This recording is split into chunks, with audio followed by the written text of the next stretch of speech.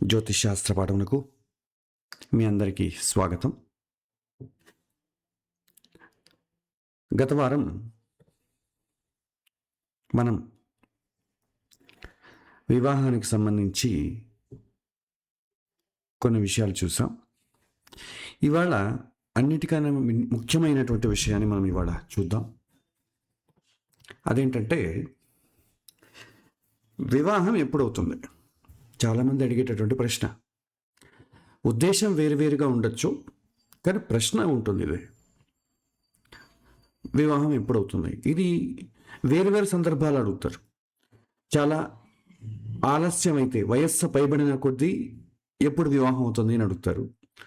ఇంకొకటి, ఎలాంటి అమ్మాయి దొరుకుతుంది అనే కుతూహలంతో, ఎలాంటి అబ్బాయి దొరుకుతాడనే కుతూహలంతో ఎప్పుడు వివాహం అవుతుంది అని అడిగే పరిస్థితి ఉంటుంది.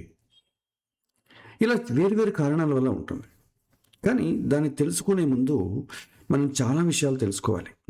లేకపోతే ఏంటంటే వివాహం కాకపోవడానికి లేదా ఆలస్యం అవ్వడానికి జాతకమో, మన ప్రారంధ కర్మో, లేకపోతే భగవంతుడో అని మనం సరిపెట్టేసుకుంటూ ఉంటాం. అలా కాకుండా ఏ సందర్భంలో వివాహానికి సంబంధించిన సమయాన్ని ట్రిగర్ చేసే పాయింట్స్ ఏంటి, అవన్నీ ఇవాళ మనం కొద్దిగా చూద్దాం. ఇవి కొద్దిగా జాగ్రత్తగా మీరు వినాలి. మొదటిది ఏంటంటే, వివాహం ఎందుకు ముఖ్యం? వివాహ సమయం అనేది అని తీసుకున్నట్టయితే ప్రాచీన కాలపు పర్సెప్షన్ మనం చూద్దాం. ఇప్పుడు కాలంలో మనం చూస్తే చాలా చాలా ఆడుగా ఉంటుంది. ప్రాచీన కాలంలో ఉండేదంటే ముఖ్యంగా వివాహం అంటే కేవలం ఇద్దరు మనుషులు కలవడం కాదు, రెండు మనసులు కలిసి ప్రయాణించడం. సరైన సమయంలో జరిగేటటువంటి వివాహం వల్ల మనసు అనేది సిద్ధంగా ఉంటుంది, పరస్పర అవగాహన సులభంగా ఏర్పడుతుంది, తక్కువగా సంఘర్షణలు ఉంటాయి, ఎక్కువ సహనం అనేది ఉంటుంది.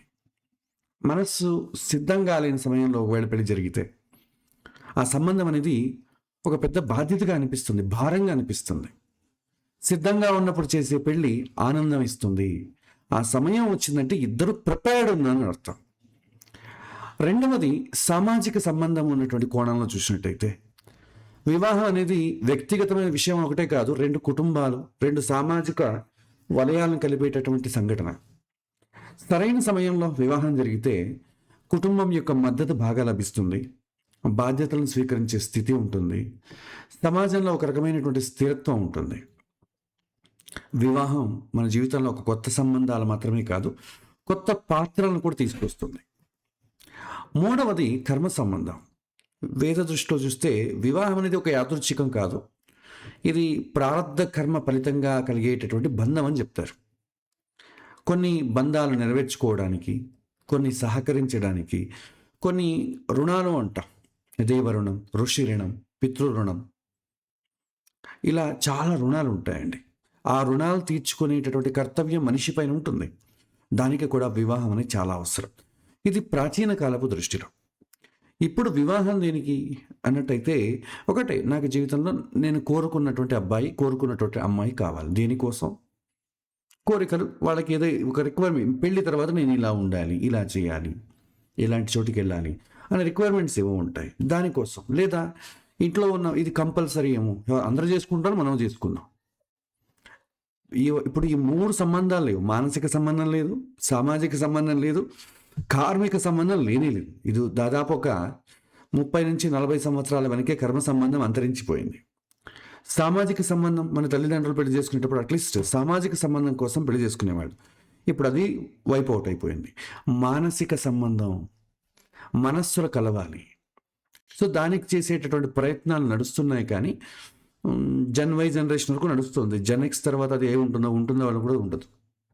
ఇది మనం తెలుసుకోవచ్చు. సో వివాహాన్ని బలవంతంగా, జ్యోతిష్యం అనే రోల్ ఏంటంటే ఎప్పుడు కూడా వివాహాన్ని బలవంతంగా జ్యోతిష్యం చెయ్యదు, కానీ సరైన సమయాన్ని గుర్తించడానికి సహాయం చేస్తుంది అంతే.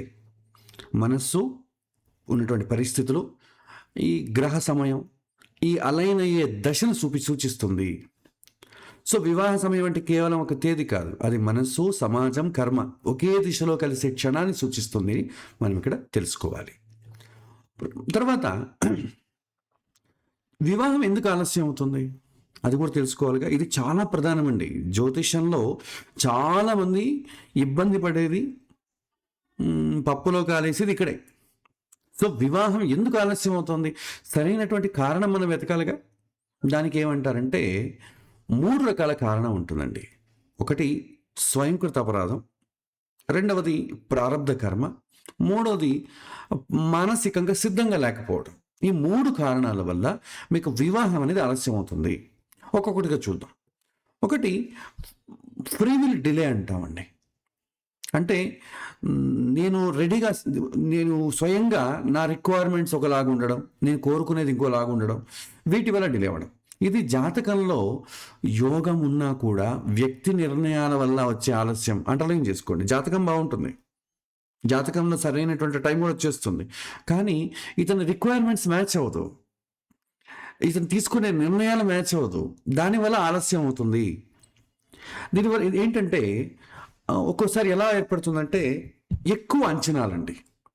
శాలరీ విషయం కావచ్చు, చూపులు, స్థాయి, తర్వాత విదేశాల్లో సెటిల్ అవ్వడం, రిక్వైర్మెంట్స్ ఏమో ఉంటాయి కదా, ఆ రిక్వైర్మెంట్స్ మ్యాచ్ కాకపోవడం, దానివల్ల కూడా ఆలస్యం అవుతుంది. కాసేపు కాదు, కొన్ని రోజులు ఆగితే ఇంకా బెటర్ మ్యాచ్ వస్తుందేమో అనేటటువంటి భావన. ఇప్పుడే ఎందుకు స్టిక్ అయిపోవడం, కొద్దిగా బెటర్ మ్యాచ్ వస్తుందేమో చూద్దాం. తర్వాత మూడవది కెరీర్ ఫస్ట్ మ్యారేజ్ లేటర్ అనేటటువంటి మైండ్ సెట్ అండి. కెరీర్ మాకు ముఖ్యం, కెరీర్లో ఫస్ట్ సెటిల్ అవుదాం, పెళ్లి తర్వాత చేసుకుందాం.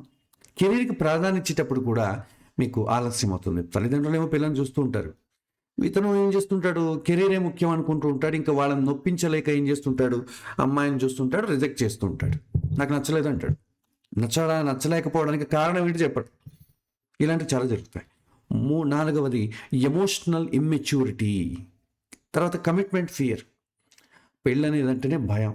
సో ఏదో ఒక కమిట్మెంట్, సో దీనిలో ఏమైనా ఇబ్బంది వస్తే నన్ను ఎవరు చూస్తారు, ఎందుకంటే చూస్తుంటాం కదా, పక్కింటి వాళ్ళు కావచ్చు, ఆఫీస్లో కొలీగ్స్ కావచ్చు, వాళ్ళ జీవితంలో ఏమో అయి ఉంటుంది. దాన్ని చూసి మనం ఈ పెళ్లి చేసుకోకూడదు, మనం చాలా జాగ్రత్తగా చేసుకోవాలి, ఇప్పటి నుంచే బాధ్యతలు దేనికి, ఇలాంటి మైండ్ సెట్ వచ్చేస్తుందండి. తర్వాత పాస్ట్ రిలేషన్షిప్ బ్యాగేజ్ అంటాం. అంటే గతంలో ఎవరినో ఇష్టపడి ఉంటాం, ప్రేమించుకుని ఉంటారు, ప్రేమించుకున్న తర్వాత ఏమవుతుంది, అమ్మాయి కానీ అబ్బాయి కానీ వేరే వాడితో పెళ్లి చేసుకుంటారు. ఇంకొకరు ఏం తీసుకుంటారు, నా ప్రేమ చాలా పవిత్రమైంది, నేను ఇలాగే ఉండిపోతాను సన్యాసిలా, నేను పెళ్లి చేసుకోను, నువ్వు లేనప్పుడు నేను పెళ్లి చేసుకోను అంటాడు. అలానే ఒక 2 నుంచి 3 సంవత్సరాలు అలాగే వెయిట్ చేస్తాడు, తర్వాత అతను చేసుకుంటాడు వేరే వేరే కారణాల వల్ల. కానీ చేసుకోననే కమిట్మెంట్ ఉంది చూసారా, అప్పుడు ఆలస్యం అవడం గ్యారెంటీ. తర్వాత ఫ్యామిలీ కంపారిజన్ ప్రెషర్. సో వాళ్ళ అబ్బాయి చూడు చాలా మంచి అమ్మాయిని తీసుకున్నావు, నువ్వు అలాంటి అమ్మాయిని తీసుకురావాలి, సో కాబట్టి వెయిట్ చేయడం. సో దీనివల్ల ఏమవుతుందంటే ఇప్పుడు చాలా పెళ్ళిళ్ళు జరుగుతున్నటువంటి ఆలస్యానికి కారణం ఏంటంటే ఫ్రీ విల్ డిలే అంట. మెజారిటీ 90% ఫ్రీ విల్ డిలే ఉంటుంది. తర్వాత ఇవన్నీ చూస్తే జాతకంలో 7వ భావం అనేది ఏదైతే ఉందో, 7వ స్థానం యాక్టివ్గా ఉన్నా కూడా మనస్సు సిద్ధంగా లేకపోతే వివాహం జరగదు. ఇది అండర్లైన్ చేసుకోండి. జాతకాన్ని పక్కన పెడదాం, జాతకం చాలా బాగుందని అనుకుందాం, కానీ అతను సిద్ధంగా లేడనుకోండి, ఏమవుతుంది? ఈ సిద్ధంగా లేని విషయం తల్లిదండ్రులకు తెలియదు పాపం. వాళ్ళ జ్యోతిష్యం దగ్గరికి వెళ్తారు, అడుగుతారు, వాళ్ళు చెప్పిన పూజలంతా 50,000 90,000 పెట్టి పూజలు చేయిస్తారు, తీర్థయాత్రలు చేస్తారు, అయినా పెళ్లి కావడం లేదండి అంటారు. గ్రహ దోషాల వల్ల పెళ్లి కాకపోవడానికి చాలా తక్కువ కారణాలు ఉన్నాయండి. మీకు రియాలిటీలో స్వయంకృత అపరాధం వల్ల పెళ్లి కాకపోవడానికి చాలా ఎక్కువ కారణాలు ఉన్నాయి. ఇది మనం గమనించాలి. లేకపోతే మనం కూడా అందరిలాగే తప్పులో కాలేస్తాం. పెళ్లి కావట్లేదంటే అదేదో జాతక దోషం, దేవుడి దోషం, సమాజ దోషం, ఎవరితో దృష్టి తగిలింది, ఆ పూజ చేయించు, ఇదే ట్రాక్లో పడిపోతాం. తర్వాత రెండవది కార్మిక్ డిలే, అంటే ప్రారంధ కర్మ వల్ల వచ్చేటటువంటి ఆలస్యం. ఇది చాలా తక్కువ పర్సెంట్ అని చెప్పాను నేను. అందరూ చాలా దీన్ని 100% అనుకుంటూ ఉంటారు. ఇది ఓన్లీ 10 to 20% మాత్రమే ఉంటుందండి, అంతకన్నా ఎక్కువ ఉండదు. ఎలాంటి యోగం లేని వాడికైనా కూడా సంబంధం అనేది వస్తుంది, కాకపోతే డిలే కావచ్చు, అతనికి కావాల్సినటువంటి రిక్వైర్మెంట్స్ మ్యాచ్ కాని సంబంధం ఉండొచ్చు, కానీ పెళ్ళైతే అవుతుంది. ఇది వ్యక్తి ప్రయత్నాలతో మార్చలేనటువంటి బంధం. ఇది ప్రారంభ కర్మల డిలే నా చేతిలో ఏం లేదండి. సంబంధాలు రావాలి, రాకపోతే నా చేతిలో ఏముంది, ఇది ప్రారంభ కర్మ వల్ల వచ్చేది. తర్వాత టైమింగ్ మాత్రమే మారుతుంది, వివాహం రద్దు కాదు. చాలామంది ఇది అండర్లైన్ చేసుకోండి. లేట్ అవుతుంది అంతే. ఎప్పుడు కూడా వివాహం కాదు అనేది ఏ వ్యక్తికి ఉండదు. ఒక ఎక్సెప్షనల్ కేసు అయితే ఆ వివాహం వద్దని ఎందుకంటారంటే, మనకు జాతకం వరస్ట్గా ఉందనుకుందాం, సప్తమాధిపతి వీక్, సప్తమ కారకుడు వీక్, అన్ని వీక్. ఇలా వీక్ అవ్వడం వల్ల ఏమవుతుందంటే, ఇతనికి ఏదైతే రిక్వైర్మెంట్స్ ఉంటాయో ఆ రిక్వైర్మెంట్స్తో ఉన్నటువంటి అమ్మాయి లేకపోతే అబ్బాయి దొరకపోవచ్చు. ఆ దొరక్కపోవడం వల్ల ఏమవుతుంది, కొద్దిగా అతను కాంప్రమైజ్ అయ్యి ఇంకా కొద్దిగా డౌన్ వచ్చినట్టయితే సంబంధాలు వస్తాయి. కానీ అతను రాడు, నాకు ఇలాంటి సంబంధమే కావాలి, అలాంటి సంబంధం వస్తే చేసుకుంటా, లేకపోతే మానేస్తాను, పెళ్లి కాకపోతే ఏముంది. సో కాంప్రమైజ్, పెళ్లి చేసుకోకుండా ఉంటాడే కానీ కాంప్రమైజ్ అవ్వడు. కానీ పెళ్లి ఖచ్చితంగా అవుతుందండి. ఎందుకంటే ప్రారంధ కర్మలో మనకు ఇలాంటి సప్తమాధిపతి వీక్గా ఉండడానికి అర్థం ఏంటి, నా కోరికలు ఏదైతే ఉన్నాయో, నేను కోరుకున్నటువంటి పెళ్ళి అంటే నేను ఎలా ఉండాలనుకుంటానో అలాంటి మ్యాచ్ నాకు దొరకపోవచ్చు, ఎందుకంటే పుణ్యం లేదు కాబట్టి. కానీ ఏదో ఒక మ్యాచ్ దొరుకుతుంది. కానీ అలాంటి సంబంధాలు చేసుకోవడానికి నేను రెడీగా ఉంటాను కాబట్టి ఆలస్యం ఖచ్చితంగా అవుతుంది. కాకపోతే ఈ ఆలస్యం 10 to 20% మాత్రమే. ఎప్పుడు ఈ కేసెస్ ఏంటి అన్నట్టయితే, ఆస్ట్రాలజికల్ ఫ్యాక్టర్స్ మీరు చూసినట్టయితే సప్తమ స్థానం వీక్గా ఉంటాయి, శని ఉన్న, పాపగ్రహాలు ఎక్కువ ఉన్న, శుభగ్రహ దృష్టి లేకపోతే డిలే అవుతుంది. ఎందుకంటే మీకు కావాల్సిన, అంటే సప్తమ స్థానాన్ని పాప సంబంధం ఏర్పడింది అనుకోండి, ఏ అమ్మాయి లేకపోతే ఏ అబ్బాయిని చూసినా కూడా ఇతనికి స్ట్రైక్ అవ్వదు, పెళ్లి చేసుకోవాలనేటటువంటి ఆకర్షణ కలగదు, అందువల్ల డిలే అవుతుంది. సప్తమాధిపతి పాప సంబంధం ఏర్పడితే పుణ్యం తక్కువగా ఉంది కాబట్టి ఇతని రిక్వైర్మెంట్స్ తగ్గట్టుగా అమ్మాయి అబ్బాయి రాకపోవచ్చు. తరువాత శని ప్రభావం చాలా ఎక్కువ ఉందనుకోండి, శని అంటేనే డిలే, శనైహి చరహ, నిదానంగా వెళ్ళే గ్రహం, అప్పుడు కూడా డిలే అవుతుంది. కానీ డినైల్ కాదండి, శని ఎప్పుడు కూడా డిలే చేస్తాడంతే. పెళ్లి కాదు అనేటటువంటి వర్డ్ జ్యోతిష్యంలో, జాతకంలో ఏ గ్రహము దాన్ని సూచించదు. చాలామంది నీకు యోగం లేదు అంటుంటారు. యోగం లేదంటే అర్థం ఏంటి, నువ్వు కోరుకున్నటువంటి అమ్మాయి లేదా అబ్బాయిని పొందే యోగం తక్కువ ఉంది, నువ్వు కాంప్రమైజ్ అయితే ఖచ్చితంగా అవుతుంది, కానీ కాంప్రమైజ్ అవ్వడం. తర్వాత కుజదోష ప్రభావం, దీని తర్వాత మనం మాట్లాడుకుందాం, దానివల్ల కూడా డిలే అవుతుంది. శుక్రుడు బలహీనంగా ఉన్నప్పుడు ఈ యొక్క పురుషుల జాతకంలో వాడికి అసలు మ్యారేజ్ పైన ఆసక్తి ఉండదు. కోరికలే లేని వాడికి, ఇప్పుడు స్త్రీలపైన ఆకర్షణ లేని వాడికి, అథవా స్త్రీలకు పురుషులపైన ఆకర్షణ లేని వాళ్ళకి, వాళ్ళు అసలు పెళ్లికే సిద్ధంగా ఉంటారు కదా, అప్పుడు కూడా ఆలస్యం అవుతుంది. తర్వాత నవాంశం అంటే ఏంటి, డీప్ నవాంశలో కూడా సప్తమ స్థానం ఏదైతే బలహీనంగా ఉంటుందో అప్పుడు కూడా వివాహం డిలే అవుతుంది. ఈ డిలే అనేది మన జాతకంలో ఉన్నటువంటి యోగాన్ని బట్టి ఉంటుంది, ఎక్కువ అవ్వచ్చు, తక్కువ అవ్వచ్చు. కాకపోతే నాట్ డినైల్, ఎప్పుడు కూడా పెళ్ళి కాదు అనేది మీరు జాతకాన్ని బట్టి చెప్పలేరు, జాతకం అలా సూచించదు. అది మనం ఇక్కడ తెలుసుకోవాలి. ప్రారబ్ధం సరైనటువంటి మనిషిని సరైన సమయంలో తీసుకొస్తుంది. తర్వాత సైకలాజికల్ రెడీనెస్, మానసికంగా అంతరంగ సిద్ధత, ఇంటర్నల్గా అతను రెడీగా లేడు, అసలు పెళ్ళి అంటేనే రెడీగా లేదు. దీని ఏ కారణాలు ఉంటాయి, పెళ్ళికి ఎందుకు రెడీగా లేదు? ఇప్పుడు మనం అంటుంటారు చాలా, నాకు ఇప్పుడే పెళ్ళి వద్దండి అంటుంటారు వాళ్ళు. మనం గమనించాలి, పెళ్ళి మాత్రమే వద్దంటున్నారు, లవ్ జరుగుతుంటుంది, ఆకర్షణ ఉంది, అమ్మాయిని చూడడం, మేము ఇంకా 2 సంవత్సరాలు లవ్ చేసుకుంటాం, అసలు అమ్మాయి మొహం చూడడం కానీ లేదా అమ్మాయి మొహం చూడడం కానీ అస్సలు లేదు అంటే అది వేరే విషయం, ఎక్సెప్షనల్ కేసు. కానీ వాళ్ళు పెళ్ళి మాత్రమే వద్దుంటారు. ప్రాచీన కాలంలో అమ్మాయిని చూడడం కానీ, అమ్మాయితో మాట్లాడడం కానీ, అమ్మాయితో కలిసి ఎక్కడికైనా వెళ్ళడం కానీ అన్నీ ఎప్పుడు పెళ్ళిన తర్వాత. కాబట్టి ఇవన్నీ ఫెసిలిటీస్ మీకు కావాలంటే ఖచ్చితంగా పెళ్లి చేసుకోవాలి. కాబట్టి పెళ్ళి అనేది అందరూ ఒప్పుకునేవాళ్ళు. ఇప్పుడు మీరు అమ్మాయితో మాట్లాడడానికి మీకు ఎవరి పర్మిషన్ అక్కర్లేదు, ఫోన్స్ ఉన్నాయి, సోషల్ మీడియా ఉంది, ఒకరినొకరు చూసుకోవచ్చు, మాట్లాడుకోవచ్చు, అన్నిటికీ ఉన్నాయి. తర్వాత బయటికి వెళ్ళి మనం ఒకరినొకరు కలిసి వెళ్ళేటటువంటి స్వేచ్ఛ కూడా ఉంది. మీరు అమ్మాయి అబ్బాయి కలిసి ఒక రోడ్లో ఎవరేమనుకోరు. ప్రాచీన కాలంలో అయితే అదేంటి అమ్మాయి అబ్బాయి ఇంకా పెళ్ళిడు వచ్చినటువంటి అమ్మాయి అలా తిరిగేస్తుంది ఏంటి అని అంటుంటారు. ఇప్పుడు ఎవరు అనరు. కాబట్టి అదొక ఫ్రీడమ్.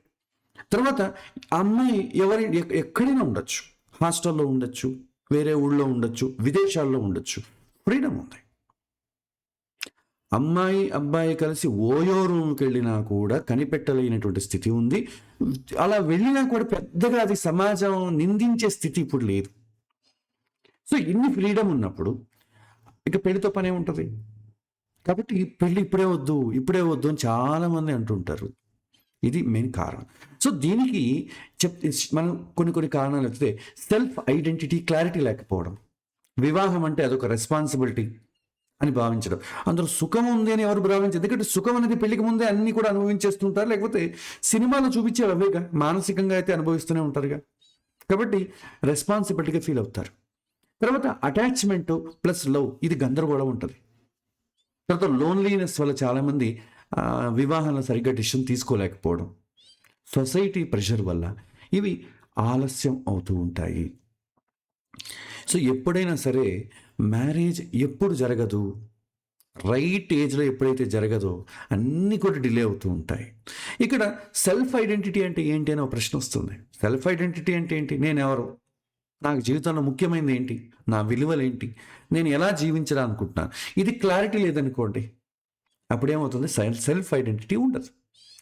సో క్లారిటీ లేకపోతే ఏమవుతుంది, అప్పుడు అతనికి ఒక నిర్దిష్టమైన ఏజ్ వచ్చిన తర్వాత పెళ్లి ముఖ్యమా కెరీర్ ముఖ్యమా అనే ప్రశ్న వస్తే సరిగ్గా నిర్ణయం తీసుకోలేడు.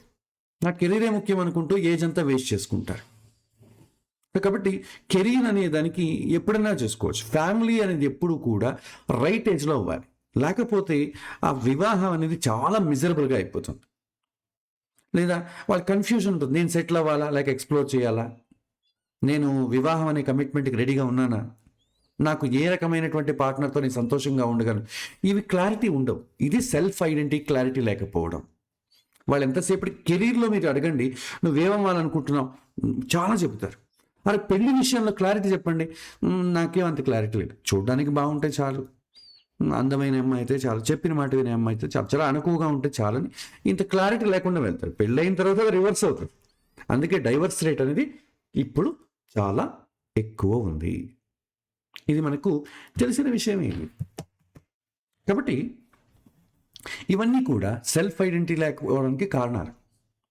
ఇది వివాహ సమయం పైన ఎలా ప్రభావం చూపుతుంది అందరికీ తెలిసిందే.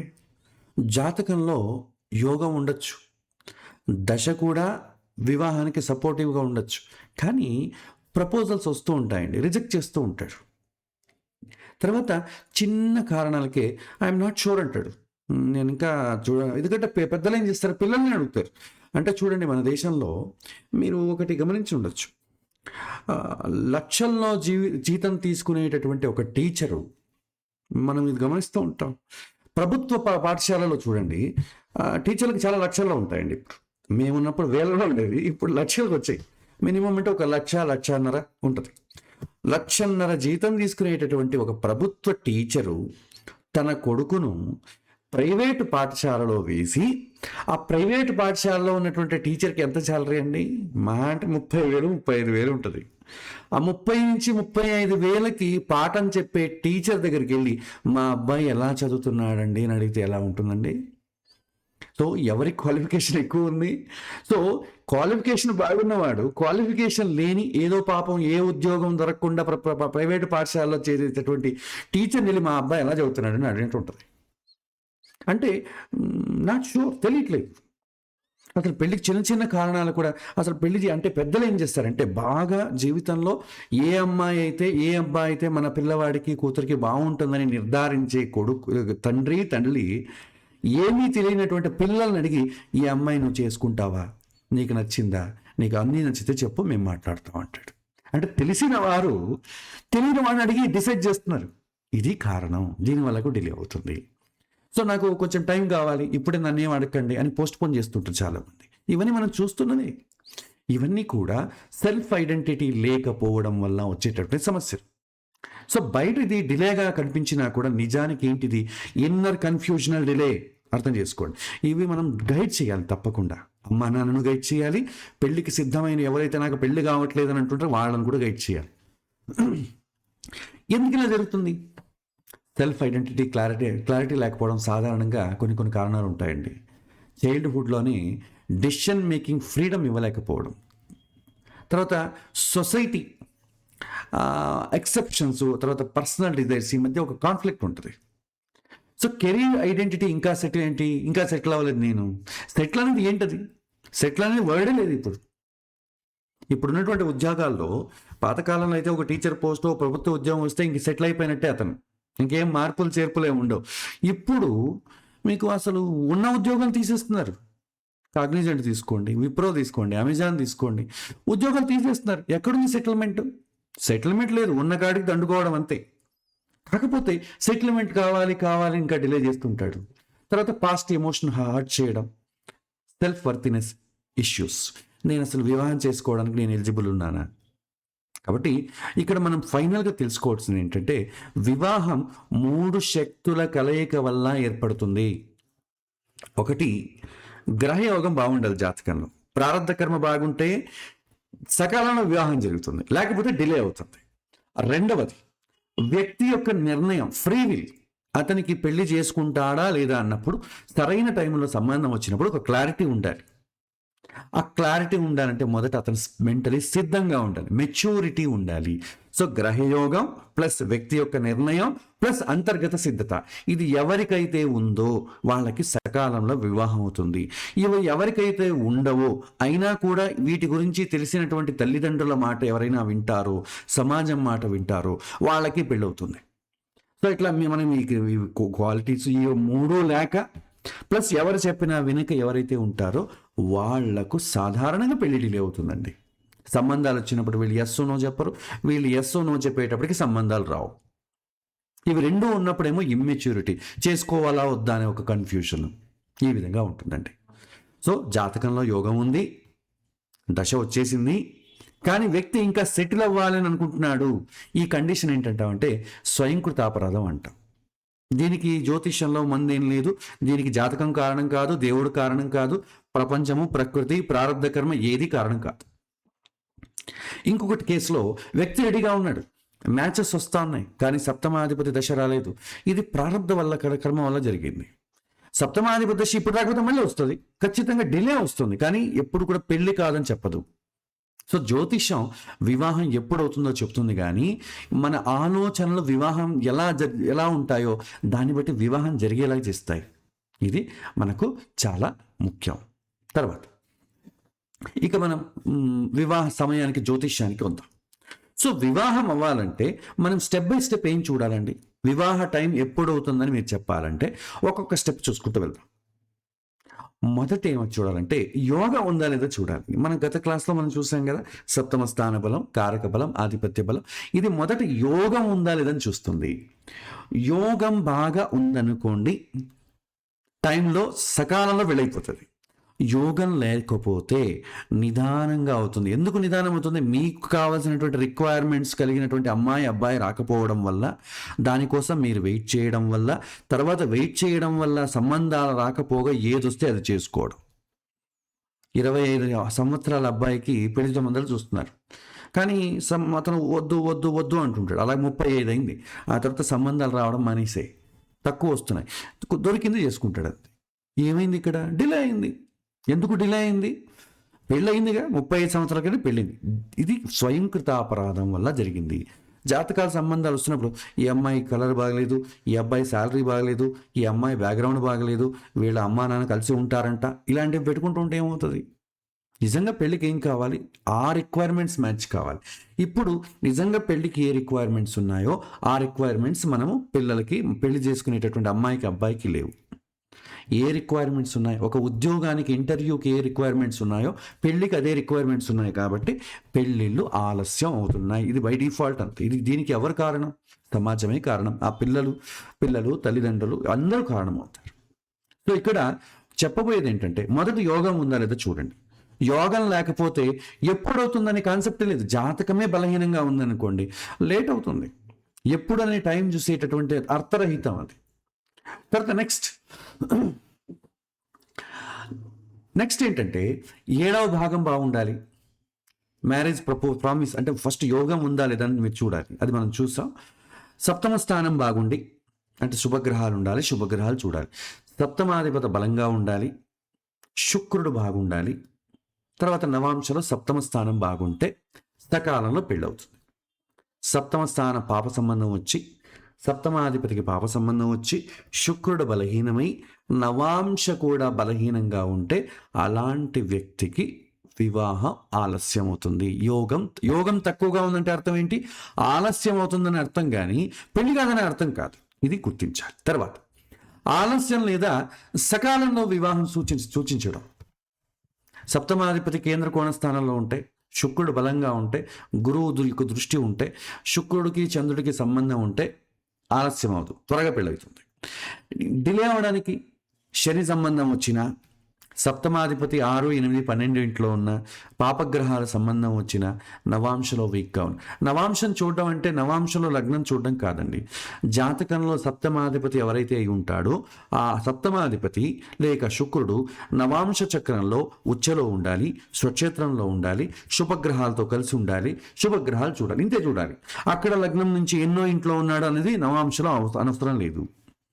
కేవలం ఉచ్చ స్థానంలో ఉన్నాడా ఆ బలం చూస్తాం, తర్వాత శుభ పాపగ్రహాలతో ఉండడం చూస్తాం, అంతే మనం నవాంశ చూడబోయేది. తర్వాత నెక్స్ట్ యోగం ఉంటే సరిపోదండి, ఆ యోగం యాక్టివేట్ అవ్వాలి. ఇప్పుడు మనం అమెజాన్లో చూస్తామండి, మనకు ప్రైస్ డ్రాప్ వచ్చింది. ప్రైస్ డ్రాప్ అనేది చూశాక అంటే యోగం బాగుంది, మనం కొనొచ్చు అని అర్థం. నెక్స్ట్ కొనాలనుకుని మనం అమెజాన్ ఓపెన్ చేస్తే ఏం చేస్తాం? ఎప్పుడు డెలివరీ అవుతుందని చూస్తాం. నెక్స్ట్ మంత్ డెలివరీ చేస్తానంటే ఏం మనం కొనం. ఆ డెలివరీ మనకు ఫ్లెక్సిబుల్గా ఉండాలి. ఇక్కడ అంతే అండి, పెళ్ళి యోగం ఉంది అంటే నెక్స్ట్ ఏంటి? ఎప్పుడు పెళ్ళి అవుతుందని కావాలి. దానికి అవకాశము, దశ బాగుండాలి. పెళ్ళికి మీకు సంబంధాలు ఫస్ట్ రావాలి కదా. పెళ్లి చేసుకోవాలంటే సంబంధాలు రావాలి, ఇటువైపున వారు అటువైపున వారు మాట్లాడుకోవాలి, ఎవరు బాగున్నారు, అక్కడ అమ్మాయి ఉంది ఇక్కడ అబ్బాయి ఉన్నాడు అని చెప్పుకోవాలి.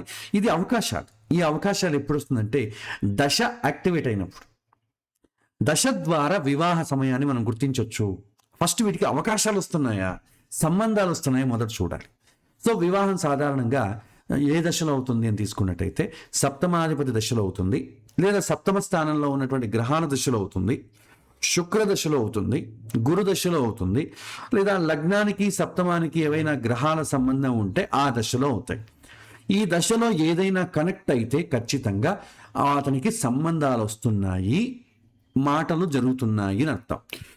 ఇవి జరగలేదనుకోండి, పెళ్ళి అవ్వట్లేదు అంటారు, కానీ ఇంట్లో ఎవ్వరు కూడా అసలు మాటలు లేవు, కథలు లేవు, సంబంధాలు రావడం లేదు, అసలు వివాహం గురించి ఇంట్లో చర్చే లేదు. అసలు చర్చ జరగాలన్నా, కొద్దిగా ముందుకు వెళ్ళాలన్నా మొదట ఈ యొక్క దశ రావాలి. దశ అంటే ఏంటి? మనం పొలంలో అసలు మొలకెత్తాలంటే ఏం చేయాలి? మొదట ఏం చేయాలి? విత్తనం వేయాలి కదా. విత్తనం వేసే కార్యక్రమం, ఆ విత్తనం మొలకెత్తాలి. ఆ విత్తనం ఏ విధంగా అయితే మొలకెత్తుతుందో అదేవిధంగా ఇతనికి వివాహం అనేటటువంటి ఏదైతే ఉందో ఆ సమయం మొలకెత్తడం అని అర్థం. అప్పుడు అన్ని సంబంధాలు రావడం స్టార్ట్ అవుతాయి. ఇక్కడ దశ మ్యారేజ్ ప్రామిస్ని యాక్టివేట్ చేస్తుంది, అర్థం చేసుకోండి. దశ వచ్చిందంటే సంబంధాలు, మాటలు అన్నీ జరుగుతున్నాయని అర్థం. తర్వాత నెక్స్ట్ గోచారం బాగుండాలండి. మనం విత్తనం వేస్తే అయినా సరిపోతుందా? దానికి వర్షం రావాలి కదా. యాక్టివేట్ అయిపోయింది, కానీ గోచారంలో ట్రిగర్ అవ్వాలి. ఇది ఫైనల్ ట్రిగర్ చేసేది గోచారమే. దశ అనుకూలంగా ఉన్నప్పుడు గోచార సంఘటనలు జరిగేలా చూస్తుంది. సంబంధాలు వస్తున్నాయి, అమ్మాయి అబ్బాయి ఎస్ అనాలి కదా. ఆ ఎస్ అనాలంటే ఏం చేయాలి? గోచారం బాగుండాలి. ఎస్ అనడం ఒకటే కాదు, అది పెళ్లి పీటల దాకా వెళ్ళాలి. మాట్లాడుకున్నారు, అమ్మాయి అబ్బాయి ఎస్ అనుకున్నారు, తర్వాత పెళ్లి పీటలు ఎక్కాలి కదా, అంతవరకు వెళ్ళాలి. అది ఎప్పుడు సాధ్యమవుతుంది? గోచారం బలంగా ఉన్నప్పుడు. దశ బాగుంటే సంబంధాలు వస్తాయి, గోచారం బాగుంటే పెళ్లి పీటలు ఎక్కుతారు. సో ఇది మీరు గుర్తుగా పెట్టుకోవాలి. సో గోచారంలో ఏంటి చూడాలంటే, గోచారంలో మన జాతకంలో ఉన్నటువంటి సప్తమాధిపతి గోచారంలో బాగుండాలి. గురు దృష్టి ఇవన్నీ కలిగినట్టయితే అవుతుంది. దీనికి ఒక చిన్న సూత్రం కూడా ఉంది, అది వాళ్ళ పాఠంలో ముందు ఎక్స్ప్లెయిన్ చేస్తాను. తర్వాత నెక్స్ట్ నవాంశ కూడా బలంగా ఉంటే ఎక్కువ అవకాశాలు ఉంటాయి. చాలా త్వరగా అవ్వాలి అంటే జాతకంతో, రాశి చక్రంతో పాటు నవాంశ కూడా బలంగా ఉండాలి. నవాంశ లగ్నాధిపతి సప్తమాధిపతికి ఏమైనా సంబంధం ఉండాలి. ఈ సప్తమాధిపతి నవాంశ లగ్నంలో ఉండడం కానీ లగ్నాధిపతితో ఉండడం కానీ జరిగితే వివాహం చాలా త్వరగా అవుతుంది. ఈ యొక్క రాశి చక్రం D1 చార్ట్ ఏం సూచిస్తుందంటే ఒక ఈవెంట్ని సూచిస్తుంది. D9 చార్ట్ అంటే నవాంశ చక్రం ఎక్స్పీరియన్స్ని సూచిస్తుంది. ఇది కూడా చాలా ముఖ్యం. తర్వాత మరొక విషయం,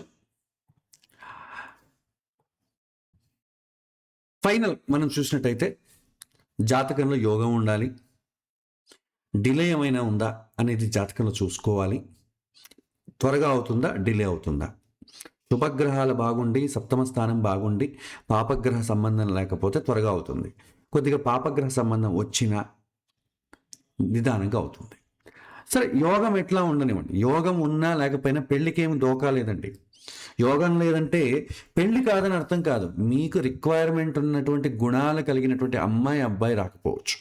దానివల్ల కాంప్రమైజ్ అవ్వాలి. కాంప్రమైజ్ కాకపోతే ఏమవుతుంది? కాలమే మిమ్మల్ని కాంప్రమైజ్ చేస్తుంది. ఒక 5 సంవత్సరాలు వెతుకుతాడు, అతనికి కావాల్సినటువంటి సంబంధాలు రాదు రాదు. 5 సంవత్సరాల తర్వాత ఏం చేస్తాడు? మళ్ళీ మొదటికి వస్తాడు. ఏ సంబంధం ఉన్నది సరిపోతుంది, కాంప్రమైజ్ అవుతూ వెళ్తాడు. ఆ డిలే సూచిస్తుంది. తర్వాత దశ రావాలి, గోచారం రావాలి. యోగం ఉండాలి, దశ బాగుండాలి, గోచారం ఉండాలి. ఇది జాతకాన్ని బట్టి. తర్వాత అతనికి ఫ్రీ విల్ ఉండాలి, అతను ఒప్పుకోవాలి. వివాహం అనే కాన్సెప్ట్ అతనికి అర్థమై ఉండాలి. పిల్లలకి ఇప్పుడు మనం తెలియచెప్పే పరిస్థితే లేదు. మనం ఒక గుడికి వెళ్ళినా, ఒక చిన్న బొట్టు పెట్టుకున్నామని కూడా మీరు చాలా చాదస్తామండి అంటారు. ఆ స్థితిలో ఉన్నప్పుడు పెళ్లి గురించి మనం ఎలా చెప్తాం? సో ఒక డిసిషన్ తీసుకునే విధంగా ఉండాలి. ఇది చాలా కష్టం. సో కన్క్లూజన్ మనకి వెళ్ళినట్టయితే వివాహం జరుగుతుంది ఎప్పుడు? జాతకం బాగున్నప్పుడు, దశ యాక్టివేట్ అయినప్పుడు, గోచారం బాగున్నప్పుడు, చివరికి అబ్బాయి కానీ అమ్మాయి కానీ మ్యారేజ్కి ప్రిపేర్డ్గా ఉన్నప్పుడు. ఇందులో ఏ ఒకటి లేకపోయినా కూడా వివాహం అనేది ఆలస్యం అవుతుంది. వివాహం లేదు అనేది జాతకం చెప్పదండి. అతను చేసుకోకపోతే మనం ఏం చేయాలి? సన్యాసులు కూడా వివాహ యోగం ఉంటుంది, కానీ వాళ్ళు చేసుకోరు అంతే. ఇక మనం రియల్ పిక్చర్కి వద్దాం. ఇప్పుడు ఎలా కనిపెట్టాలండి? వివాహ సమయం జాతకాన్ని బట్టి ఎలా కనిపెట్టాలి? యోగాన్ని కనిపెట్టడమే మనం నేర్చుకున్నాం. తర్వాత దశల వల్ల సప్తమానికి సంబంధించిన దశ వస్తుందా, సప్తమంలో ఉన్నటువంటి గ్రహ దశలు వస్తున్నాయా, ఆ దశని బట్టి ప్రాబబులీ ఈ నెలలో, ఈ ఒక 6 నెలలోనో నెక్స్ట్ ఇయర్లోనో అవకాశాలు వస్తున్నాయని మనం దశను చూసి చెప్పేస్తాం. ఆ దశాకాలంలో ఈ పెళ్లి పీటలు ఎక్కుతుందా అనేది ఎలా చెప్పాలి? దానికి మనం ఏం చేస్తాం? గోచారం అనేది చూస్తాం. ద్విగోచారము అంటాం, అంటే డబల్ ట్రాన్సిట్ అంటాం.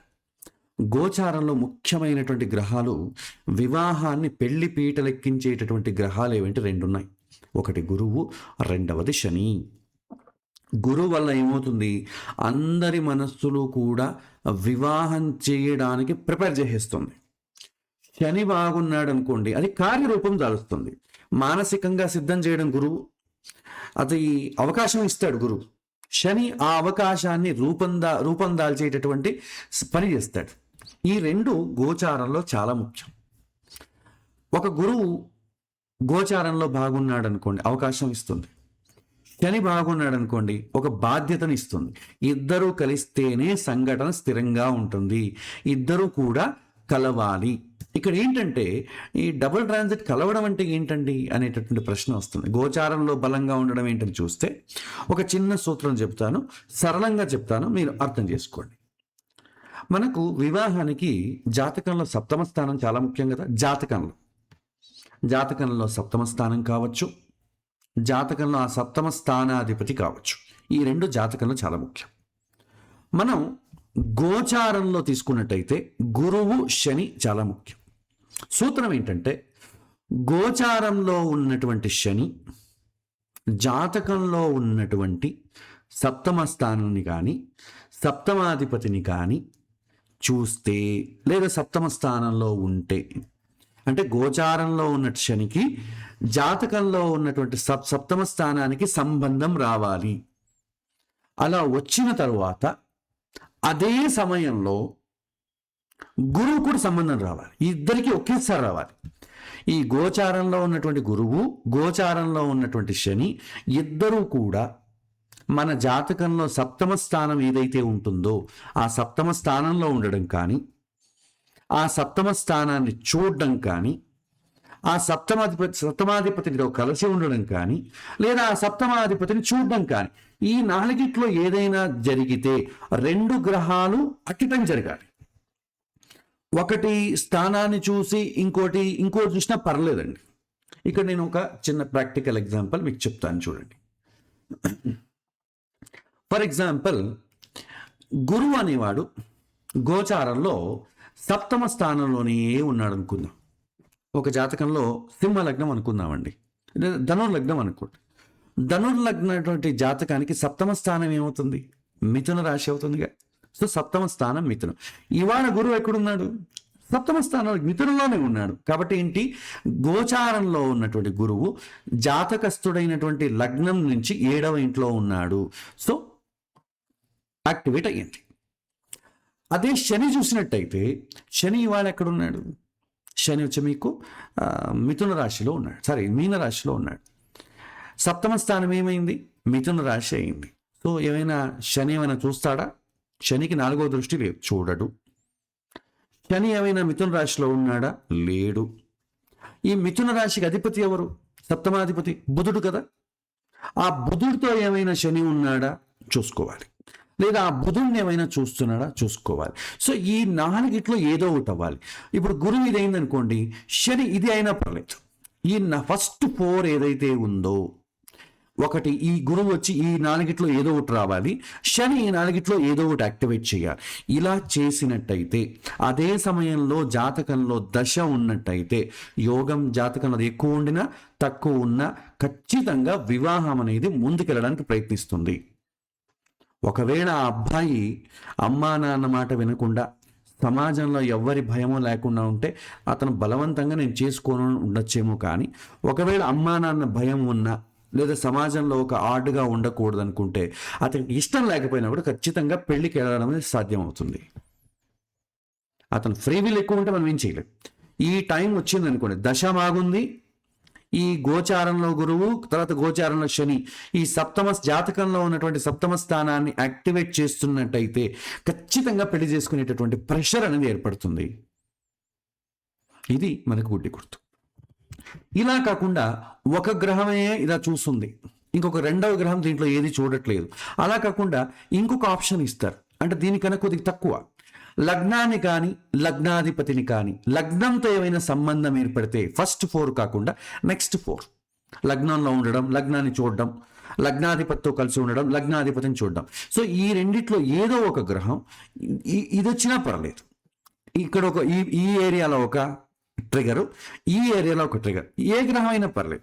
అలా అయినా కూడా వివాహం ముందుకెళ్ళడానికి 70% అవకాశం ఉంది. 50 to 70%. కొద్దిగా ప్రెషర్ పెడితే పెళ్ళి అయిపోతుంది. అప్పుడు ఇటువైపు ఉన్న వాళ్ళు, అటువైపు ఉన్న వాళ్ళు, బంధువులంతా ఏం చేస్తారు, తలో చెయ్యి వేసి వీళ్ళకి పెళ్లి చేసేయాలంటారు. వాళ్ళ పాపం మనం అంటుంటాం కదా, చేద్దాము, వాళ్ళ నాన్న అయితే పెళ్లి చేయడండి, మనమంతా కలిసి చెయ్యాలి, లేకపోతే పిల్లవాడి భవిష్యత్తు పాడైపోతుంది అని వేరే వాళ్ళని సపోర్ట్ చేస్తారు. ఒకవేళ ఇంట్లో ఉన్న వాళ్ళు చాలా స్ట్రాంగ్ అయితే మనం ఏం చేయలేం, కానీ ఇంకొకరి సపోర్ట్ ద్వారా పెళ్ళి అవుతుంది. ఇది ఈ నెక్స్ట్ 4. ఒకవేళ జన్మరాశిని తీసుకున్నాం అనుకోండి, వాడి జాతకంలో ఏదో ఒక రాశి ఉంటుందిగా, ఆ రాశిని గురువు కానీ శని కానీ సంబంధం వస్తే, ట్రిగర్ అయితే, ఎంత ఎక్కువ ట్రిగర్ అయితే అంత ఎక్కువ అవకాశం అండి. లేదా మినిమం దీంట్లో ఒకటి దాంట్లో ఒకటి ట్రిగర్ అవ్వాలి. అలా అయితే జన్మరాశి ట్రిగర్ అయిందనుకోండి, పెళ్లి చేసుకోవాలని ఇటువైపు అటువైపు సంకల్పం ఉంటుంది, అది పెళ్లి పీటల వరకు వెళ్ళదు. చాలా ఫోర్స్ అవసరం అవుతుంది. పెళ్ళి అనుకుంటాడు, ఎవరో చనిపోతారు, పెళ్ళి అనుకుంటాడు, ఎగ్జామ్స్ దగ్గరొస్తాయి, పెళ్ళి అనుకుంటాడు, అబ్బాయికి ఏదో ఆరోగ్య సమస్యలు వస్తాయి. కానీ చాలా తొందరగా ఒక పాయింట్ తీసుకొని చేయాల్సి, అంటే అందరికి చాలా ఎఫర్ట్ ఎక్కువ పెట్టాల్సి వస్తుంది. ఈ లాస్ట్ కేస్, ఫస్ట్ రీజన్లో గురువు కానీ శని కానీ ట్రిగర్ అయిపోయింది అనుకోండి, పెళ్ళి ఆల్మోస్ట్ ఇది ఎప్పుడవుతుందో మీరు కనిపెట్టాలి. ఈ టైమింగ్ ఆఫ్ మ్యారేజ్ మీరు చెప్పాలంటే, దశ నడుస్తోందా, అదే సమయంలో గోచారంలో ఉన్నటువంటి గురువు జాతకస్తుడైనటువంటి సప్తమ స్థానాన్ని కానీ సప్తమ స్థానాధిపతిని కానీ, లేదా సప్తమాధిపతినితో కానీ సప్తమాధిపతితో కలిసి ఉండడం కానీ ఏమైనా సంబంధం వచ్చి, అదే సమయంలో శని కూడా వస్తే ఖచ్చితంగా ఆ సమయంలో పెళ్ళి అవ్వడానికి చాలా అవకాశాలు ఉంటాయి. అలా కాకుండా అట్లీస్ట్ ఈ 7వ ఇంటిని గురువు కానీ శని కానీ ఎవరైనా ఒకరు ట్రిగర్ చేసి, మిగిలిన లగ్నాన్ని కానీ జన్మరాశిని కానీ చేస్తే కొద్దిగా ఎఫర్ట్తో పెళ్ళి అవుతుంది. కానీ పెళ్ళి అవుతుంది, కానీ కొద్దిగా ఎఫర్ట్ పెట్టాలి. బంధువులు కానీ ఇటువైపు ఉన్న వాళ్ళు అటువైపు ఉన్న కానీ కొద్దిగా వాళ్ళ ఆలోచనల్ని కాంప్రమైజ్ చేసి, మీకు ఎందుకు మేము సపోర్ట్గా ఉంటాం, ఏమైనా సమస్య వస్తే మేము చూసుకుంటాం అని చెప్పేసి బలవంతంగా పెళ్లి చేస్తుంది. ఇప్పుడు అలాంటివి లేవు. ఒకవేళ దీనికి ఏమీ సంబంధం లేదండి, ఒట్టి ఇద్దరి జాతకంలోనూ ఈ లగ్నానికి జన్మరాశికి సంబంధం మాత్రం ఉంది 2 గ్రహాలకు అనుకోండి. అది పెళ్ళి ఎలా అవుతుందంటే అమ్మాయి అబ్బాయి వాళ్ళ ఇష్టంగా ఎక్కడో గుళ్ళోనో రిజిస్టర్ మ్యారేజ్ చేసుకుంటారు. కానీ పెద్దలు దానికి అంగీకరించరు. ఆ పెళ్లి ఎక్కువ రోజులు కూడా నిలబడదు. ఒకవేళ ఈ గోచారంలో ఈ 2 గ్రహాలకు ఒక యాక్టివేట్ అయితే మాత్రం మళ్ళీ అమ్మా నాన్న వాళ్ళని ఆదరించడం, లేదా వాళ్ళ అమ్మా నాన్న బలిష్టంగా అయితే యాక్సెప్ట్ చేయడం ఇలా చేస్తారు. కాబట్టి టైమింగ్ ఆఫ్ మ్యారేజ్ అనేది ఒక చిన్న క్లూ ఇస్తున్నాను. ఇదే అండి, దశ రావాలి ప్లస్ గోచారంలో గురువు కానీ శని కానీ రెండిటికి మళ్ళీ 6 అనేది కాదు అండి. ఈ గురువు శని ఇద్దరు కూడా సప్తమ స్థానాన్ని కానీ సప్తమ భావాన్ని కానీ సప్తమాధిపతి సంయోగం కానీ సప్తమాధిపతిని దర్శించడం కానీ జరగాలి. ఇలా జరిగితేనే అవుతుంది. ఇది మీరు నావిగేట్ చేయాలంటే మీరు కొద్దిగా ప్రాక్టీస్ చేయాలి. ఒక జాతకాన్ని పెట్టుకోవాలి. ఇప్పుడు సపోజ్ ఒక ఎగ్జాంపుల్ జాతకాన్ని తీసుకుందామండి మనం. సో మీకు జగన్నాథ హోరా ఫ్రీ సాఫ్ట్వేర్ కాబట్టి మీకు దీంట్లో ఎలా చూడాలనేది నేను చెబుతాను. చూడండి, ఇది ఒక ఎగ్జాంపుల్ జాతకం అనుకోండి. జాతకంలో లగ్నం ఏంటి? కన్యా లగ్నం. సప్తమ స్థానం ఏంటి? మీనం. సప్తమాధిపతి ఎవరు? గురు. ఓకే, ఇప్పుడు ఇవాల్టి రోజున గురువు ఎక్కడున్నాడండి? ఇవాల్టి రోజున గురువు ఎక్కడున్నాడు? మనం ఇది తీసుకున్నామని కష్టం అనుకోండి. గోచారము జాతకం 2 ఒకటే అయిపోయింది. ఏదైనా ఎగ్జాంపుల్ జాతకం తీసుకుందాం, లేకపోతే మనం చెప్పలేము. ఏదో ఒక ఎగ్జాంపుల్ తీసుకున్నానండి. ఓకే, ఈ జాతకం తీసుకున్నాం. ఇది మిథున లగ్న జాతకం. సప్తమ స్థానం వచ్చి దశ యొక్క ధనుసు రాశి అయింది. ఈ ధనుసు రాశికి అధిపతి గురువు. ఇంత తెలుసుకోండి ఫస్ట్. ఇప్పుడు ఇవాళ శని ఎక్కడ ఉన్నాడు? మీరు ఇక్కడ ట్రాన్సిట్ అని ఉంది కదా, దీన్ని క్లిక్ చేసినట్టయితే షో ట్రాన్సిట్ చార్ట్ అంటే మీకు ఇవాళ శని చూడండి మీన రాశిలో ఉన్నాడు. అదేవిధంగా గురువు వచ్చే మిథున రాశిలో ఉన్నాడు. మళ్ళీ back to natal chart click చేయండి, మళ్ళీ జాతక చక్రానికి వెళ్ళిపోతుంది. ఇప్పుడు సూత్రం ఏంటి? ఫస్ట్ శని తీసుకుందాం. శని సప్తమ స్థానంలో ఉండాలి, లేదా సప్తమ స్థానాన్ని చూడాలి. అలా కాకపోతే సప్తమాధిపతితో కలిసి ఉండాలి, లేదా సప్తమాధిపతిని చూడాలి. ఈ 4 కండిషన్స్ శనికి ఓకే అవ్వాలి. అయిందా లేదా చెక్ చేసుకుందామా? ఇప్పుడు శని ఇక్కడ ఉన్నాడు కదా, సో సప్తమ స్థానం ఏమైంది? మీకు ధనుస్సు అయింది. ఇక్కడ ధనుసులో శని ఉన్నాడా? లేదు. రెండవది, సప్తమ స్థానాన్ని ఏమైనా చూస్తున్నాడా? ఎస్, ఇక్కడ ఉన్నటువంటి శని 7, 8, 9, 10 దశమ దృష్టితో సప్తమ స్థానాన్ని చూస్తున్నాడు. అంటే ఏంటి? శని ట్రిగర్ చేస్తున్నాడు అని అర్థం. తర్వాత గురువు తీసుకెళ్దాం. అదే సమయంలో గురువు కూడా ట్రిగర్ చేయాలి. ఈ గురువు సప్తమ స్థానంలో ఉన్నాడా? లేడు. సప్తమ స్థానాన్ని ఏమైనా చూస్తున్నాడా? గురువు నుంచి 4వ ఇల్లు అయింది, సో గురువుకి ఏమీ దృష్టి లేదు. ఇక సప్తమాధిపతి ఎవరు? మళ్ళీ ఆయనే. ఆ సప్తమాధిపతి ఎక్కడున్నాడు? మీకు ఇదే ఇంట్లో ఉన్నాడు. సో ఈ సప్తమాధిపతి ఎవరైతే గురువు ఉన్నాడో, ఇప్పుడు ఈ గురువు ఎక్కడున్నాడు చూడండి. ఇక్కడ ఒక్క నిమిషం కన్ఫ్యూజ్ అయ్యాను. ఇప్పుడు ఇవాళ గురువు ఎక్కడున్నాడు? ఇక్కడ ఉన్నాడండి. మిథున రాశిలో గురువు ఉన్నాడు. ఇక్కడి నుంచి తీసుకోవాలి. నేను ఇది జాతకంలో ఉన్న గురువు, కన్ఫ్యూజ్ అయ్యాను.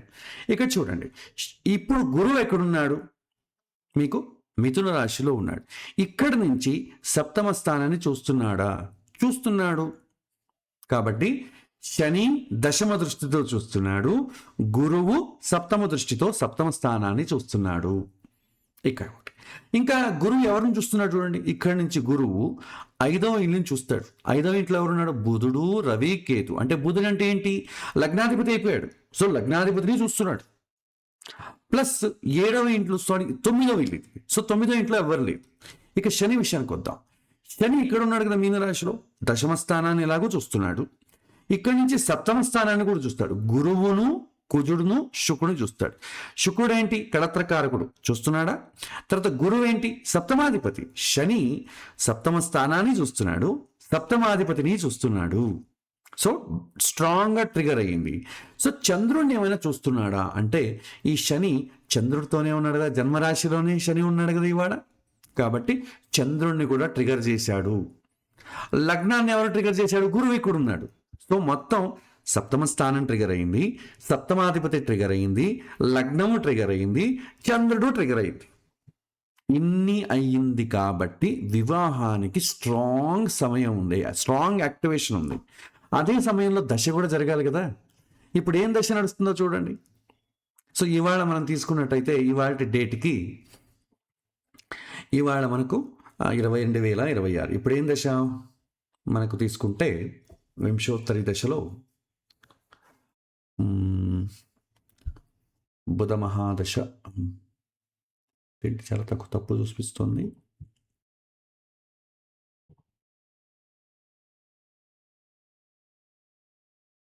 మహాదశ బుధుడు. సరే మరొక నిమిషం.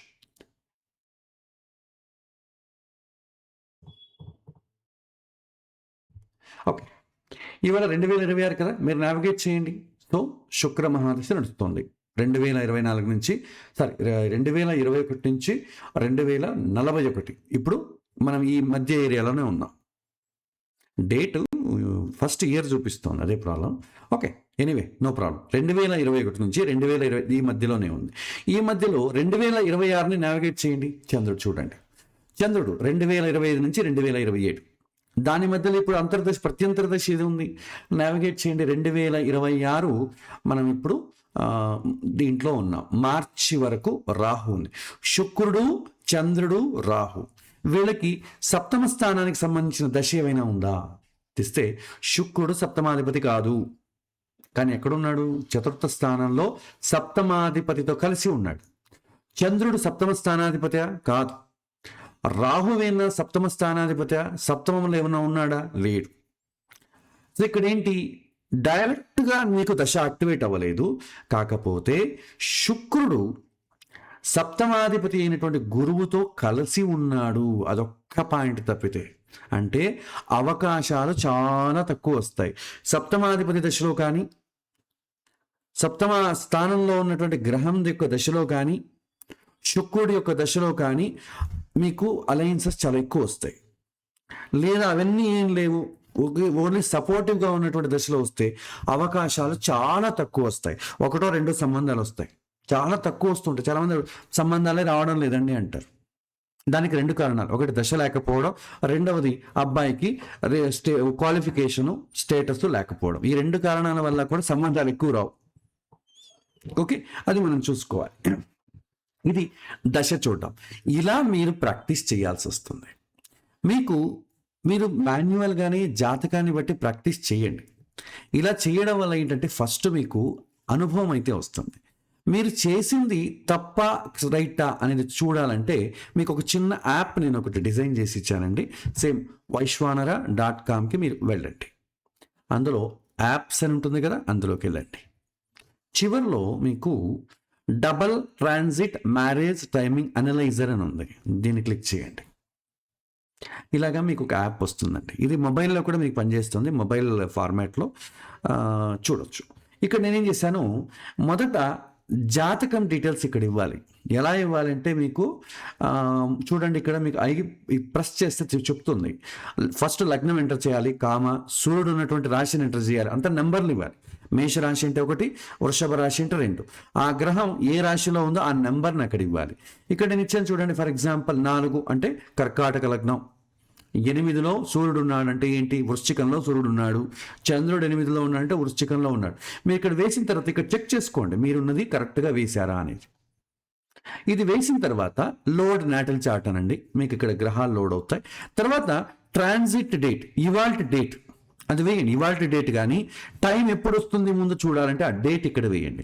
ఇది వేసిన తర్వాత మీకు ఏమవుతుంది, ఇక్కడ TSTG అని ఉంది. మరి ఇది తెలంగాణ నేమ్ ప్లేట్ నంబర్ అనుకోకండి. TS అంటే ట్రాన్సిట్ శని, అంటే గోచారంలో ఉన్నటువంటి శని ఇక్కడే మీకు చూపిస్తుంది. తర్వాత TG అంటే గోచారంలో ఉన్నటువంటి గురువు. ఇది మీరు ఇయర్స్ మీరు చేంజ్ చేస్తున్నారు అనుకోండి, అవి కూడా మారుతూ ఉంటాయి. చూడండి, ట్రాన్సిట్ ఇవాళ ఎక్కడెక్కడ గ్రహాలు ఉన్నాయో మారుతూ ఉంటాయి. ఇది దాదాపు మీకు 2066 వరకు ఈ యొక్క గురువు మళ్ళీ శని వీళ్ళ యొక్క కాంబినేషన్స్ నేను ఇంక్లూడ్ చేశాను. కాబట్టి మరి ప్రత్యేకంగా ఎక్కడున్నాయో వెతుక్కోవాల్సిన అవసరం లేదు. ఈ చక్రం కిందికి మీకు వస్తుంది చూడండి. శని ఇప్పుడు ఫార్వర్డ్ డైరెక్షన్లో ఉన్నాడు. 31/3/2025 నుంచి 3/6/2027 వరకు అతను మీనరాశిలోనే ఉంటాడు. గురువు వక్రగమనంలో ఉన్నాడు. ఇప్పుడు 7/12/2025 నుంచి 2/6/2026 వరకు గురువు మిథున రాశిలో ఉంటాడు. సో మీరు క్రాస్ చెక్ చేసుకోవాలంటే ఇక్కడ చూసుకోవచ్చు మీరు ఎప్పటి నుంచి ఉన్నాడు. తర్వాత మనకి ఏం కావాలి? దశ కావాలిగా. దశ కావాలంటే ఏం చేయాలంటే పుట్టిన డేట్ ఆఫ్ బర్త్ వేయాలండి. డేట్ ఆఫ్ బర్త్ వేసి అతడు చంద్రుడు ఉన్నాడు కదా, చంద్రుడు ఎన్ని డిగ్రీల్లో ఉన్నాడో ఇక్కడ ఎంటర్ చేయాలి. డెసిమల్ డిగ్రీస్ అంటాం. చాలా మీకు సాఫ్ట్వేర్లో డిగ్రీ మినిట్స్లో ఉంటుంది. 22 degrees 5 minutes అని ఉంటుంది. ఆ మినిట్స్ని మనం ఏం చేయాలి? డిగ్రీలోకి మార్చాలి. అంటే ఏంటి? బై 60 వేశారనుకోండి డిగ్రీలోకి మారిపోతుంది. దీనికి యాడ్ చేస్తే సరిపోతుంది. ఇప్పుడు చూడండి, మూన్ లాంగిట్యూడ్ నేను ఎగ్జాంపుల్కి 11.82 డిగ్రీలు, మినిట్స్ కాదు డిగ్రీస్. ఇలా వేసి క్యాల్కులేట్ దశ అని కొట్టండి. సో దశ క్యాల్కులేటెడ్, శ్రీ దశ టేబుల్ బిలో అంటుంది. మీరు కిందికి రండి. కింద మీకు దశా టేబుల్ కనిపిస్తుంది. ఇది దశా టేబుల్. మీరు ఇది మహాదశ చూడండి. మహాదశ, అంతర్దశ లేక భుక్తి, ప్రత్యంతర దశ 3 levels ఇచ్చాను. ఎప్పటి నుంచి ఎప్పటి వరకు ఇచ్చాను. మీరు దీన్ని నావిగేట్ చేయాలనుకోండి. చూడండి, మహాదశ నావిగేట్ చేయాలంటే 2 buttons ఇచ్చాను. మీరు ఇలా మహాదశ, చంద్రదశ, కుజదశ ఇలా నావిగేట్ చేయొచ్చు. ఓకే, అలా కాకుండా మీరు అంతర్దశ నావిగేట్ చేయాలనుకోండి. ఇక్కడ ఉంది చూడండి, శుక్ర మహాదశ, శుక్రభుక్తి, నెక్స్ట్ శుక్రుడు తర్వాత సూర్యుడు, నెక్స్ట్ చంద్రుడు, ఇలా నావిగేట్ చేయొచ్చు. అలా కాకుండా ప్రత్యంతర దశ. సో ప్రత్యంతర దశను కూడా మీరు నావిగేట్ చేయొచ్చు. చూడండి, ఇలాగ ప్రత్యంతర దశ మీకు హైలైట్ చేస్తూ చూపిస్తుంది.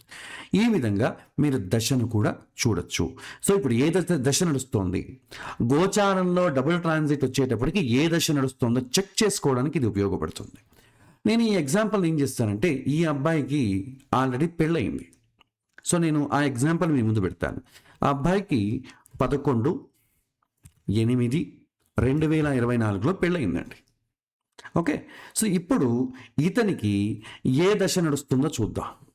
మీరు తీసుకున్నట్టయితే చూడండి, కేతు మహాదశ, శని భుక్తి, ప్రత్యంతర రాహుభుక్తి నడుస్తుంది. ఈ అబ్బాయి జాతకం తీసుకున్నట్టయితే చూడండి, కర్కాటక లగ్నం అండి. సప్తమ స్థానం ఏమైంది? మకరమైంది. సప్తమాధిపతి ఎవరు? శని. అతను 8వ ఇంట్లో, తన ఇంట్లోనే ఉన్నాడు. అష్టమ సంబంధం వచ్చింది కాబట్టి డిలే ఉంది కొద్దిగా. అష్టమ స్థానం మంచిది కాబట్టి డిలే. ఓకే, అష్టమ స్థానంలో ఉంది. ఆ తర్వాత ఈ శుక్రుడు ఎక్కడున్నాడు చూడండి. మీకు కావాల్సింది సప్తమము, సప్తమాధిపతి చాలా ఇంపార్టెంట్. శుక్రుడు కూడా తీసుకోండి. శుక్రుడు మీకు చూసుకున్నట్టయితే కళత్ర కారకుడు 4th స్థానంలో ఉన్నాడు. తన ఇంట్లో తాను ఉన్నాడు. ఆయన కూడా బలంగానే ఉన్నాడు. సో మనం ఏం చేస్తాం? శని మెయిన్గా తీసుకుంటాం. ఈ శని దశలో ఏమైనా ఆపరేట్ అవుతుందా? అదేవిధంగా శుక్రుడి దశ ఏమైనా ఆపరేట్ అవుతుందా? సప్తమ స్థానంలో ఏమైనా గ్రహం ఉంటే ఆ గ్రహ దశ ఆపరేట్ అవుతుందా చూసుకోవాలి. ఇప్పుడు మీరు ఇక్కడ చూసుకుంటే శని దశ మాత్రం భుక్తిలో శని ఆపరేట్ అవుతుంది. సో కేతు దశ సప్తమానికి సంబంధం లేదు, రాహు సంబంధం లేదు, శని సంబంధం. మీకు దీన్ని చూసుకోవడానికి పైన ఒక టేబుల్ ఇచ్చాను చూడండి, దశ సపోర్టింగ్ ఫర్ మ్యారేజ్. ఇక్కడ ఒక టేబుల్ లాంటిది ఇచ్చి సప్తమాధిపతి దశ ఏమైనా నడుస్తుందా, మహాదశలో నడుస్తున్నట్టు ఇక్కడ ఎస్ చూపిస్తుంది, అంతర్దశలో నడుస్తుంది ఎస్ చూపిస్తుంది, ప్రత్యంతర దశ చూస్తుంది. అదేవిధంగా ఇప్పుడు 7వ ఇంట్లో ప్లానెట్స్ ఇన్ 7th house, 7వ ఇంట్లో గ్రహదశ నడుస్తుందా, నడిస్తే ఎస్ అని చూపిస్తుంది, లేకపోతే లేదు. నెక్స్ట్ శుక్రదశ ఏమైనా నడుస్తుందా, కళత్రకారకుడు, ఆయనది ఏమి నడవడం లేదు ఇప్పుడు. అంటే మనం పెళ్లి రోజు ఇచ్చాం కదా, ఆ పెళ్లి రోజు సమయానికి నడవడం లేదని అర్థం. ఓకే, అదేవిధంగా ద్వితీయాధిపతి కుటుంబ స్థానాధిపతి దశ ఫైనల్గా లాభమైన వస్తుందా ఆ దశ. కానీ ఫస్ట్ 2 ఆర్ వెరీ ఇంపార్టెంట్. లేకపోయినా కొన్ని సందర్భాల్లో ఇది కూడా ఇంపార్టెంటే. లాస్ట్ 2 ఇన్ఫీరియర్, చాలా ఛాన్సెస్ తక్కువ. ఓకే, సో ఇప్పుడు మీకు అంతర్దశ నడుస్తోంది కాబట్టి మీకు ఆ దశ అనేది ట్రిగర్ అయింది పెళ్లి సమయానికి. తర్వాత ఇక్కడికి రండి, ట్రాన్సిట్ యాక్టివేషన్ ఫర్ మ్యారేజ్ తీసుకున్నట్టయితే చూడండి, సప్తమ స్థానంలో ఈ గోచారంలో ఉన్నటువంటి గురువుకి, మళ్ళీ గోచారంలో ఉన్నటువంటి శనికి సప్తమ స్థానంలో ఉండాలి. ఆస్పెక్టింగ్ 7th house, సప్తమ స్థానాన్ని చూడాలి, లేదా సప్తమాధిపతితో కలిసి ఉండాలి, కంజంక్షన్ విత్ 7th lord, లేదా సప్తమాధిపతిని చూడాలి. First 4 are very important. Next posited in లగ్నంలో ఉండాలి, లగ్నాన్ని చూడాలి, లేదా లగ్నాధిపతితో కలిసి ఉండాలి, లగ్నాధిపతిని చూడాలి. నెక్స్ట్ జన్మరాశిలో ఉండాలి, జన్మరాశిని చూడాలి. ఇన్ని కండిషన్స్ ఉన్నాయి. ఇది ఆటోమేటిక్గా క్యాలిక్యులేట్ చేసేస్తుంది. చూడండి, గురువు సప్తమ స్థానంలో ఉన్నాడా? ఇక్కడ లేదని చెప్తోంది. శని ఉన్నాడా? లేదని చెప్తోంది. నెక్స్ట్ సప్తమ స్థానాన్ని గురువు చూస్తున్నాడా? ఎస్. ఎలాగా? గోచారంలో ఉన్నటువంటి గురువు, సప్తమ స్థానం మకరం కదా, నవమ దృష్టి ద్వారా సప్తమాన్ని చూస్తున్నాడు. కాబట్టి ఎస్ అని వచ్చింది. అంటే మీరు క్యాల్కులేట్ చేసిన తర్వాత డైరెక్ట్గా దీన్ని చూడకండి, మీకు ప్రాక్టీస్ రాదు. మీరు చేసిన తర్వాత క్రాస్ చెక్ చేసుకోవడానికి మాత్రమే ఇవి చాలా ఈజీగా అనుకూలం అవుతుంది. తర్వాత శని తీసుకోండి. శని సప్తమ స్థానంలో లేడు, సప్తమాన్ని చూడడం లేదు. పోని సప్తమ స్థానాధిపతితో కలిసి ఉన్నాడా అంటే ఈ పెళ్ళయ్యేటప్పటికి శని ఎక్కడున్నాడు? మీకు కుంభరాశిలో ఉన్నాడు. శని ఎక్కడున్నాడు చూడండి, ఇది సప్తమాధిపతి శని, ఆయన కూడా కుంభరాశిలో ఉన్నాడు. సో ఇద్దరు కలిసి ఉన్నారా? గోచారంలో ఉన్నటువంటి శని, జాతకంలో ఉన్నటువంటి సప్తమాధిపతి రెండూ కలిసి ఉన్నారు కాబట్టి ఇక్కడ ఎస్ అని వచ్చింది. నెక్స్ట్ సప్తమాన్ని చూస్తున్నాడా గురువు? చూడడం లేదు. శని చూడడం లేదు. ఈ నాలుగిట్లో ఏదైనా ఒకటి ట్రిగర్ చేస్తే చాలండి, అన్నీ చేయాల్సిన అవసరం లేదు. ఇక్కడ గురువు అయితే సప్తమాన్ని చూస్తున్నాడు, శని అయితే సప్తమాధిపతిని చూస్తున్నాడు. సో వివాహం అనేది పెళ్లి పీటలెక్కే సమయానికి వచ్చింది. దశ కూడా బాగుంది, అబ్బాయి కూడా పెళ్లి సిద్ధంగా ఉన్నాడు, అమ్మాయి కూడా సిద్ధంగా ఉంది. గోచారంలో కూడా గురువు శని పర్మిషన్ దొరికింది. ఇంకా అడిషనల్గా తీసుకున్నట్టయితే ఈ యొక్క గురువు లగ్నాధిపతిని చూస్తున్నాడు. లగ్నాధిపతి ఎవరు? చంద్రుడు. ఆయన ఈ యొక్క పంచమ స్థానంలో ఉన్నాడు. గురువు గోచారంలో ఉన్నటువంటి గురువు సప్తమ దృష్టి ద్వారా చంద్రుడిని చూస్తున్నాడు కాబట్టి ఎస్ అని వచ్చింది. శని కూడా చూస్తున్నాడు. శని దశమ దృష్టి ద్వారా చంద్రుడిని చూస్తున్నాడు, అంటే లగ్నాధిపతిని చూస్తున్నాడు.